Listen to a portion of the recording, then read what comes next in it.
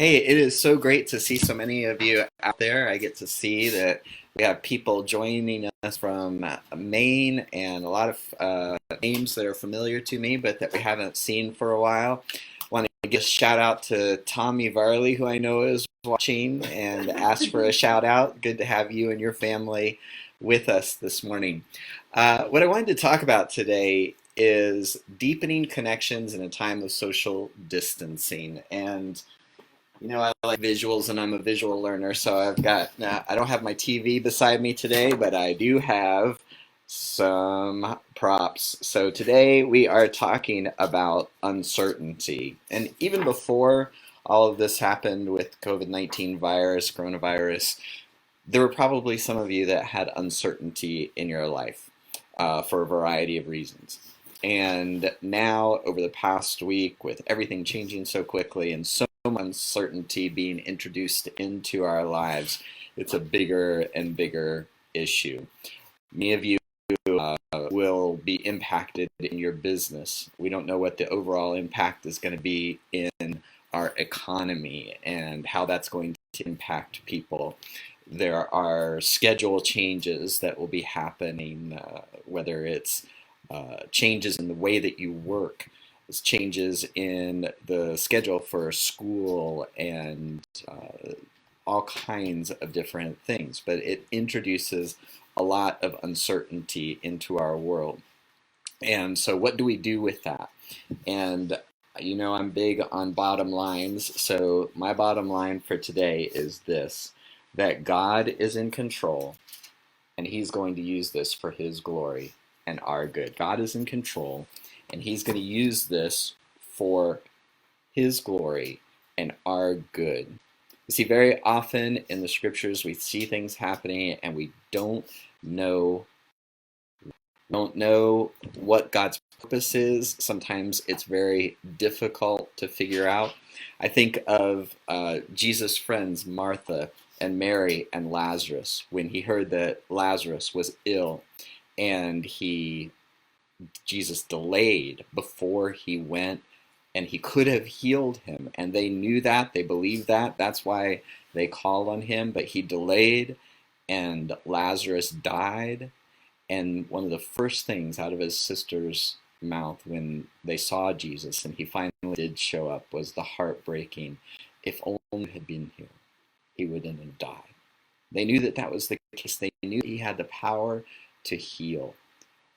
What they didn't know was that he had the power to raise people from the dead. And whatever we're going through and whatever uncertainty is introduced into our lives, you are going to know the Lord better, understand Him, know something about Him that you did not know before, because He has allowed this uncertainty and this time of questioning to come into your life. And at the other end, you're going to know Him better because God is in control and He is going to use this for His glory and for our good. So, as we think about how to adapt to this new situation, I had a couple of thoughts that I wanted to share with you and a couple of key scriptures. The first one is from Hebrews chapter 10, 4, and it says, "And let us consider how we may spur one another on toward love and good deeds, not giving up meeting together as some are in the habit of doing, but encouraging one another." Now, I realize the irony of my starting out with this verse on a day like today, where it encourages us not to give up meeting together. But by being here, even online, we are fulfilling that idea. Nothing beats face to face, and I can't wait until we can gather together again face to face in the same room. However, that does not prevent us from considering how we may spur one another on toward love and good deeds.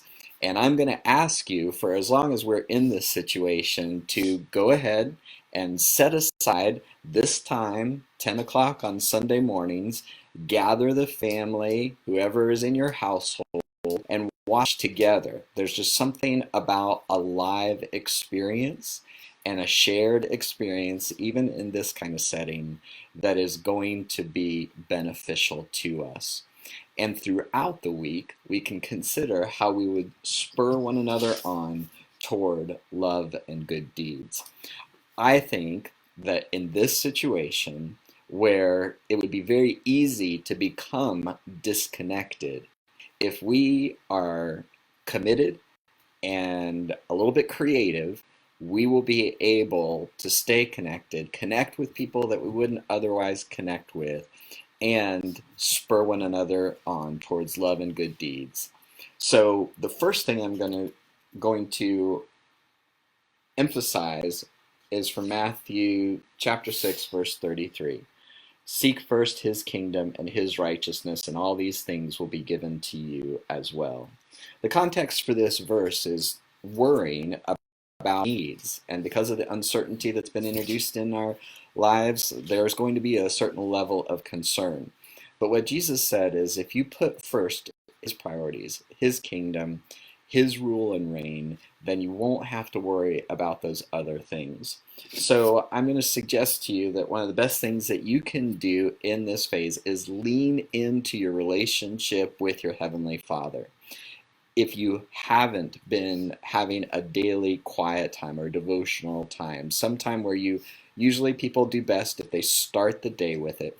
Start the day in God's Word, responding to God's Word, writing a little something about it, praying, that you lean into that and establish or reestablish that habit right now.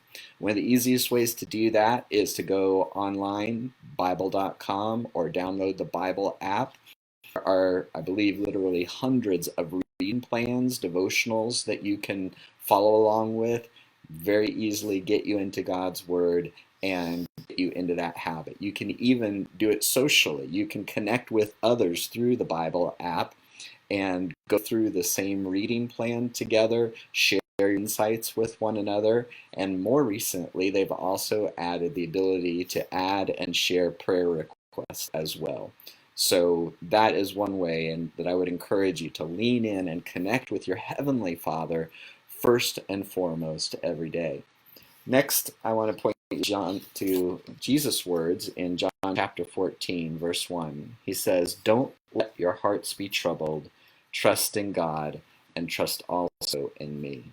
In this time of uncertainty, we're going to see people who are, for lack of a better term, really freaked out. They're going to be worried. They're concerned. They're going to be stressed. And this is a time where we can lean into our Heavenly Father, knowing that He is in control and He's going to work everything for our good, so we do not have to worry.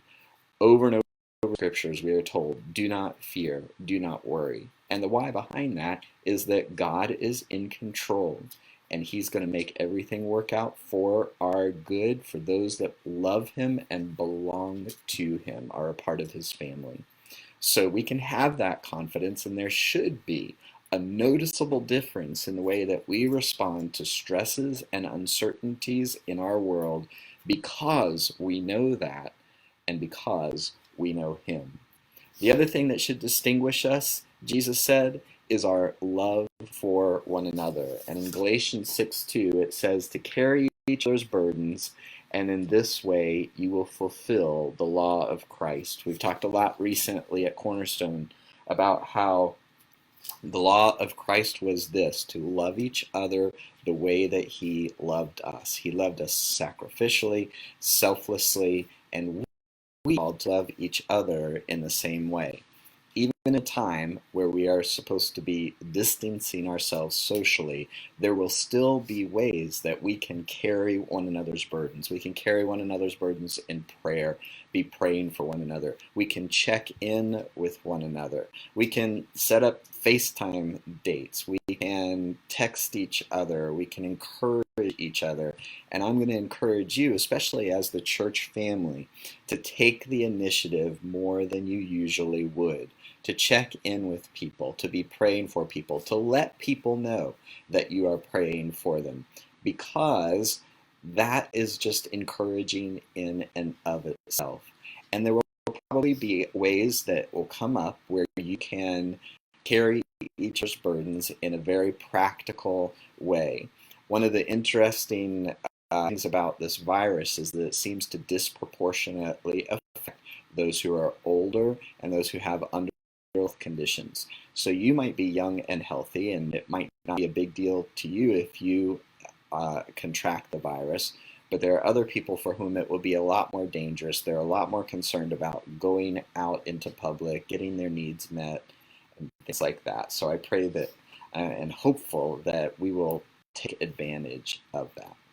And then John brought up this verse, which is to rejoice always, pray continually, and give thanks in all circumstances. 1 Thessalonians 5:16-18. That we can, even in the midst of uncertainty and difficulty, find something to be thankful for, find something that you can rejoice in, and share that with others. And pray continually. Whenever things come to mind, that you can give thanks, you can ask for help. You can give thanks, you can ask for help. Make that your habit throughout the day to give thanks and ask for help. And if we approach this well, let our concern and our focus be on the Lord, then I think that we will be able to see this verse come true. In Matthew chapter 5, Jesus said, "In the same way, let your light shine before others, that they may see your good deeds and glorify your Father in heaven." We want to walk in the good deeds that God has for us, and we want to see others blessed and God glorified as a result. And just a reminder, God is in control, and He's going to use this for His glory and our good. At the end, I always give you a challenge. I've been challenging you throughout this, but here is my summary of my challenge, and that is to go deeper. And I'm going to give you 3 key words. Go deeper in your relationship with the Lord. Go deeper in your care and concern and practical expressions of that for others. Stay connected. Serve one another. That's what I mean by go deeper. And I'm going to give you 3 key words to go with that. Wisdom, faith, and ingenuity. Use wisdom in this situation. Express your faith. And let's be a little bit creative and use some ingenuity to figure out how to be the church in this time where it's going to be more challenging, and a lot of people are facing those different challenges. So let me pray for you. And then what we're going to do is I'm going to invite Sue Ellen in, and we're going to have a prayer time together. This has been declared a National Day of Prayer, and we know that there are many situations that we should be praying for, and I'm going to invite you to join in that prayer with us. But first, let's pray to close out the message time. Heavenly Father, I thank you for the opportunity that we have to gather together in this way. I pray that you would help each of us to be creative, to know exactly what you would have us to do with what we've heard today, and that you would give us creativity and initiative to do what you call us to do, and to fulfill your call to be a light unto our world, so others may benefit and you might receive the glory. In Jesus' name, amen.